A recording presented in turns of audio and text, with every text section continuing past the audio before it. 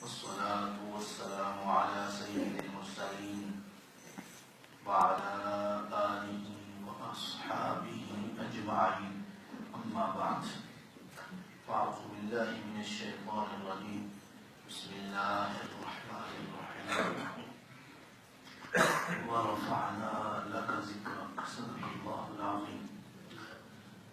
اللہ رب العزت ارشاد فرماتا ہے حضور علیہ السلام کو خطاب فرماتے ہوئے کہ ہم نے آپ کا ذکر بلند کر دیا ہے. یہ ماہ مقدس ربیع الاول شریف کا ہے. اس کی 12 تاریخ کو حضور نبی پاک علیہ السلام کی اس دنیا میں جلوہ گری ہوئی.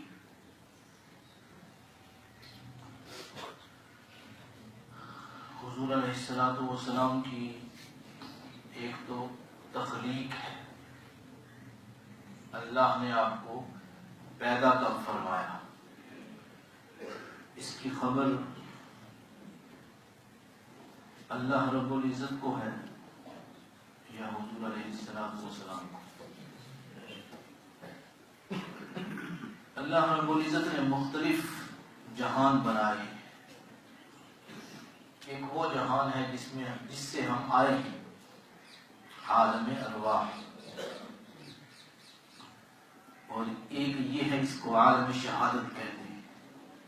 اس کے بعد آگے جائیں گے وہ عالم برزخ ہے. ہر ایک جہان اس کا اپنا میدان ہے. اس عالم شہادت میں حضور علیہ السلام کی جلوہ گری ان تاریخوں کے مطابق ہے. باقی آپ کی تخلیق کب ہوئی، اللہ نے آپ کو کب پیدا فرمایا، یہ اللہ ہی بہتر جانتا ہے.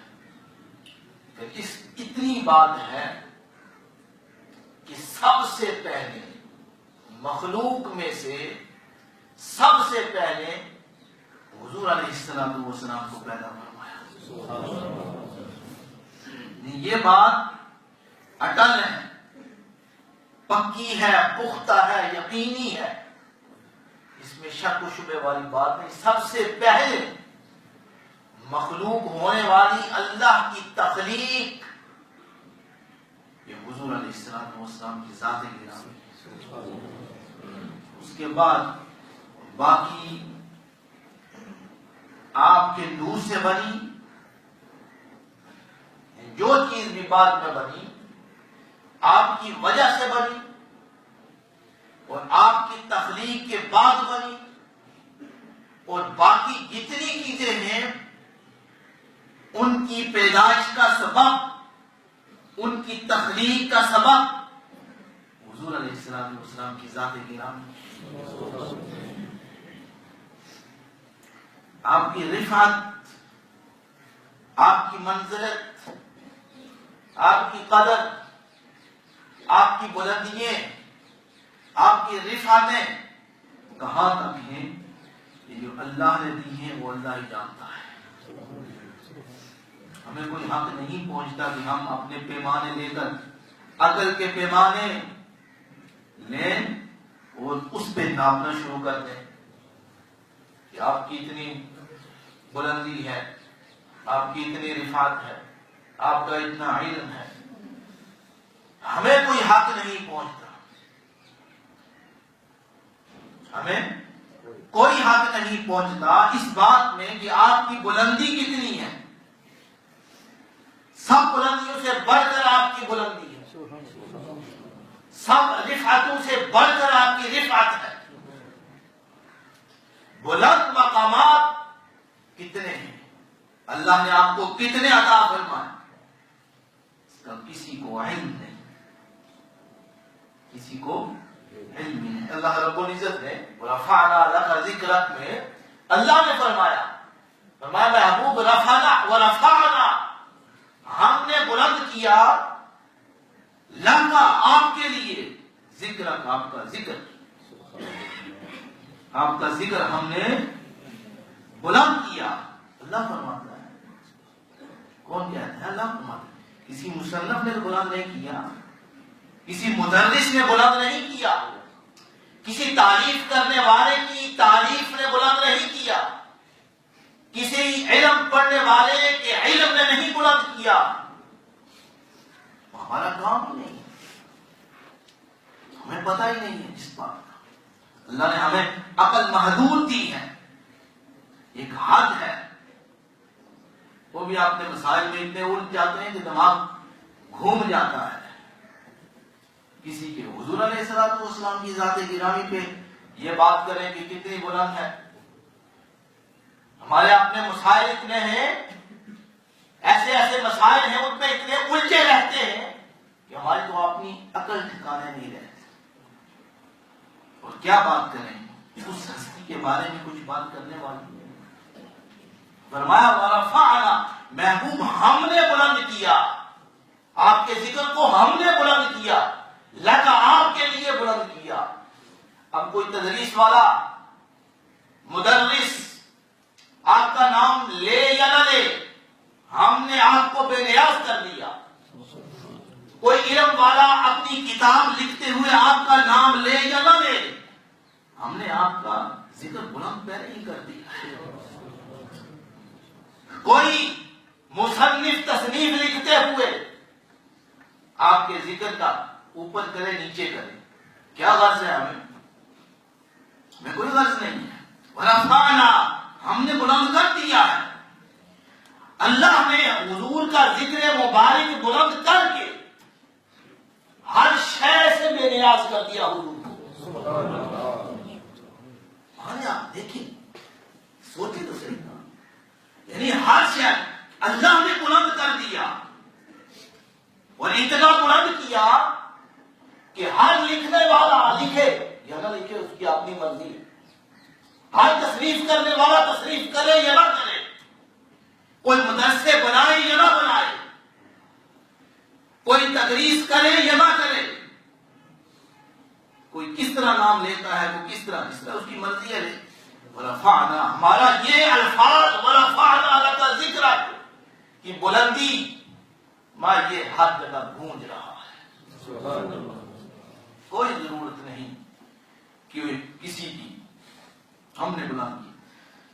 پھر حضور علیہ السلام نے ارشاد فرمایا کہ جبریل امین آئے میرے پاس، یہ کس طرح بلند، ذکر کیسے بلند؟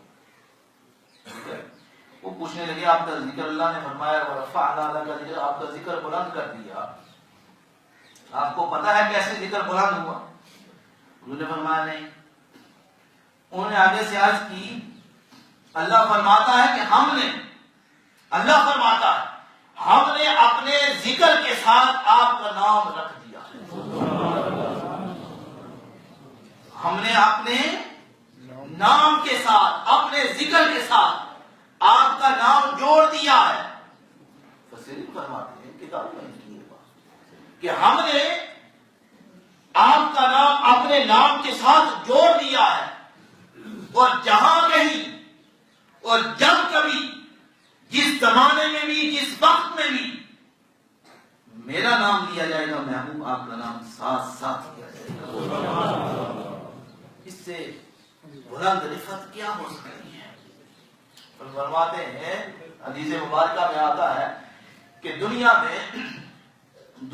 سب بالکل تباہ اس وقت ہوگی جب اللہ کا ذکر کرنے والا کوئی شخص دنیا میں نہیں رہے گا۔ ہر طرف ظلمت کے اندھیرے ہوں گے، ہر طرف کفر ہی کفر ہوگا۔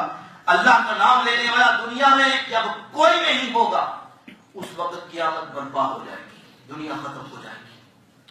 اور جب تک اللہ کا نام لینے والا اس دنیا میں رہتا ہے، لیکن اللہ کا نام جب تک دنیا میں رہے گا، اس وقت تک حضور کا نام ساتھ ساتھ گونجتا رہے گا۔ جب اللہ کا نام نہیں رہے گا، اس وقت حضور کا نام بھی اٹھ جائے گا۔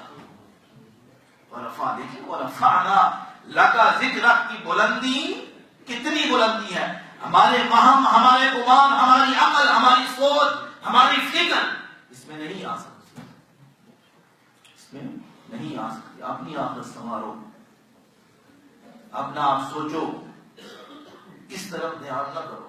اللہ نے بہت آپ کو بلندیاں عطا فرماتی ہیں. کوئی اگر کچھ کرتا ہے، کم کرنے کی کوشش کرتا ہے، وہ اپنا نقصان کرتا ہے، خود گھاٹے میں ہے، خود گھاٹے میں ہے. حضرت ابو سلمہ فرماتے ہیں، حضرت ابو ہریرہ رضی اللہ عنہ روایت فرماتے ہیں ہم نے عرض کی یا رسول اللہ صلی اللہ تعالی علیہ وسلم، یہ آپ کے لیے نبوت کب لازمی ہے؟